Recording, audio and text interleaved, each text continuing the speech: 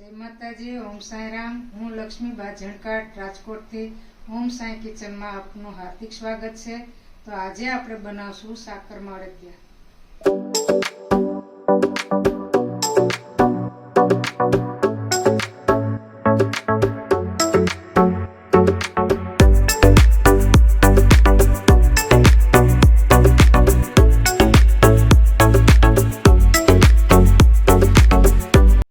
હું અહીંયા 500 ગ્રામ લોટના અડદિયા બનાવવાની છું। તો એના માટે અહીંયા મેં 500 ગ્રામ લોટ લીધો છે, 500 ગ્રામ સાકર લીધી, 500 ગ્રામ ઘી લીધું, 200 ગ્રામ કાજુ બદામ, 200 ગ્રામ ગુંદ, 50 ગ્રામ સૂંઠનો પાવડર, એલચી જાયફળનો ભૂકો લીધો છે। પહેલાં આપણે આમાં ઘી નાખી અને ગરમ કરી દઈએ। એકદમ ગરમ થઈ જાય પછી એમાં ગુંદ તળી લેશું। ઘી એકદમ ગરમ થઈ ગયું છે, તો હવે આપણે ગુંદ તળી લઈશું।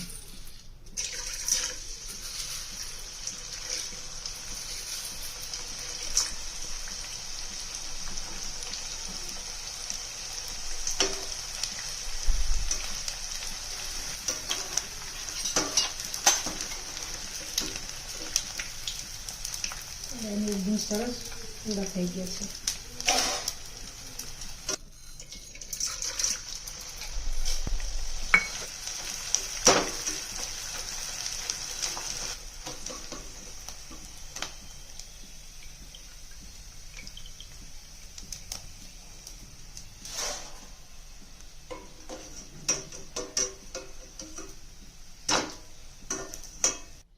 ગુંદ તળાઈ ગયો છે, હવે આપણે લોટને શેકી લઈશું।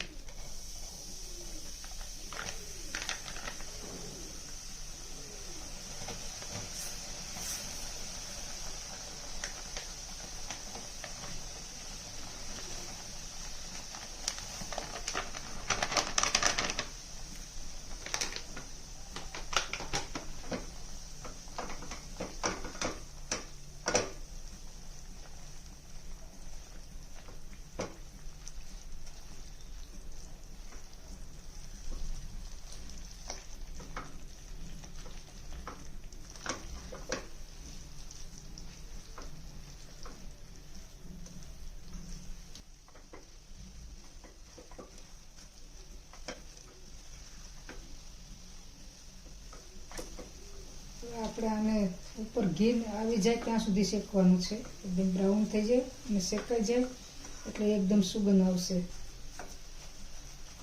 ઘી પાછું ઓળી જાય ત્યાં સુધી શેકવાનું। અત્યારે લોકો મોટા ભાગના સાસણીવાળું અડદું બનાવતા હોય છે। આ સાકરમાં અડદું એકદમ ટેસ્ટી બને અને બધાને બહુ ભાવે। જરૂરથી તમે લોકો ટ્રાય કરજો। બાળકો માટે, આરોગ્ય માટે સારું। તમારા બાળકો હોસ્ટેલમાં ભણતા હોય તો ઘણો લાંબો ટાઈમ સુધી અડદિયું ટકી રહે છે, બગડતું નથી। હવે લોટ શેકાઈ ગયો છે, એકદમ બ્રાઉન કલર આવી ગયો છે, આપણે આમ જોઈ લઈએ। અને ઉપર તે ઘી આવી ગયું છે, મસ્ત મજાનું શેકાઈ ગયો। તો એને સાઈડમાં રાખી અને હવે આ ગુંદ છે એમને આપણે પીસી નાખશું। હવે આ ગુંદને વાટકીને લઈને અને અધકચરો ભૂકો કરી નાખશું। ભૂકો થઈ જાય પછી એને નાખશું અડદિયામાં। ઘણા આખો ગુંદ રાખે, પણ આપણે આવી રીતે ભૂકો કરેલો હોય તો બધું એકદમ મિક્સ થઈ જાય અને સરસ બને, ખાવામાં મજા આવે।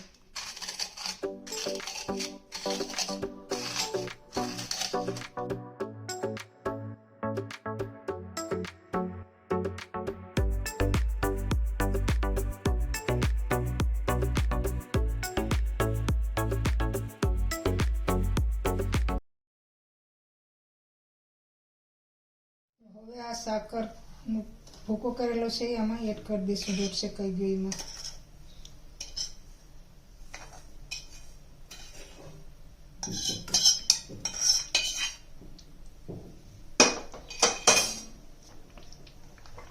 એકદમ હલાવી નાખવાનું। મિક્સ થઈ જાય સાકરનો ભૂકો ત્યાં સુધી હલાવવાનું।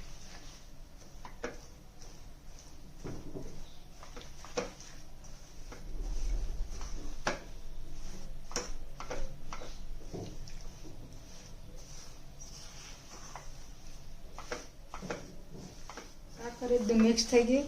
હવે એમાં આપણે આ ગુણનો જે અધકચરો ભૂકો કર્યો છે એ નાખી દઈશું.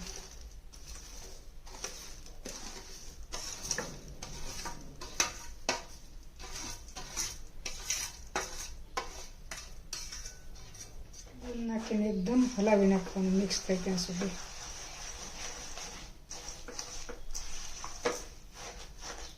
જે મિક્સ થતું જાય એની એક સામગ્રી ઉમેરતી જવાની. એટલે સાકર નાખવાની, પછી ગુણનો જે આપણે ભૂકો કરવો એ નાખવાનો, એ પછી આપણે કાજુ બદામનો જે એ નાખવાનો.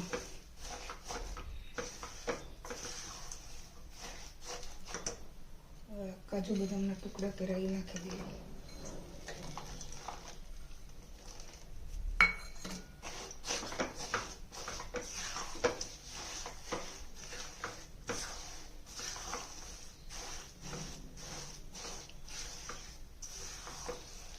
શું પાવડર નાખશું આપણે.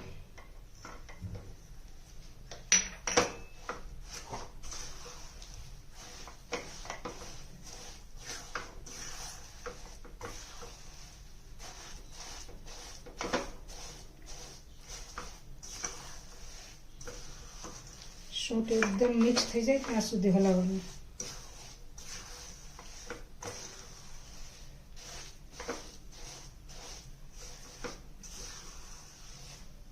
બધી સામગ્રી એકદમ મસ્ત રીતે આમાં એડ થઈ ગઈ અને મિક્સ પણ થઈ ગઈ. છેલ્લે આપણે એલચી અને જાયફળનો જે ભૂકો કરેલો છે અધકચરો એ નાખી દઈશું.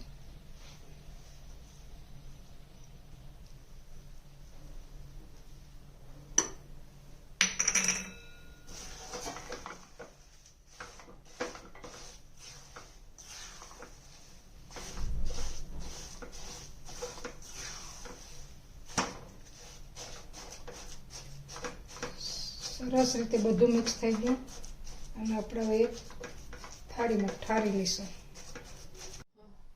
હવે અડદિયું એકદમ તૈયાર થઈ ગયું છે. ઉપર ઘી આવી ગયું છે અને અમારા ઘરમાં બધું મિષ્ટાન ઓછું ખાય છે એટલે મેં 400 ગ્રામ સાકરનો ભૂકો લીધો છે. 100 ગ્રામ વધાર્યો છે.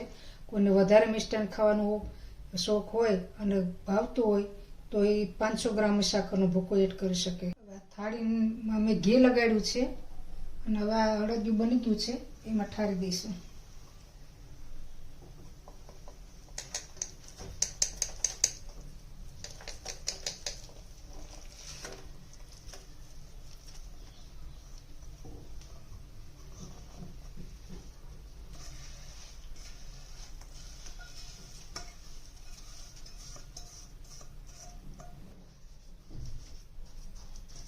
આપણે એમને ઠારી દીધું છે. એકદમ વ્યવસ્થિત થઈ જાય પછી ઠંડુ પડે પછી એના પીસ કરવાના છે, નાના નાના ટુકડા. હવે અડદિયું આ ઠારી દીધું છે. એમાં મોડા પિસ્તા છે એનો ભૂકો આપણે એડ કરશું.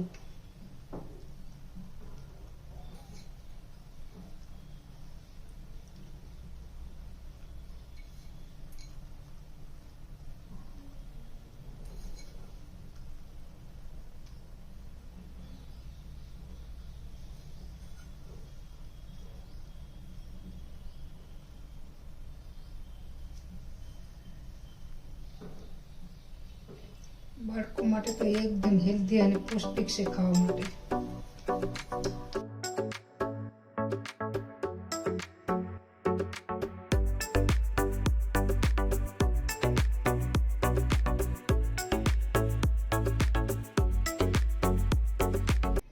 આ હતી આજની મારી અડદિયાની રેસીપી.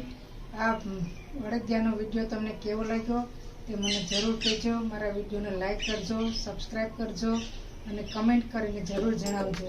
માતાજી, જય શ્રી કૃષ્ણ. નવા વિડીયોમાં ફરી પાછા મળીશું.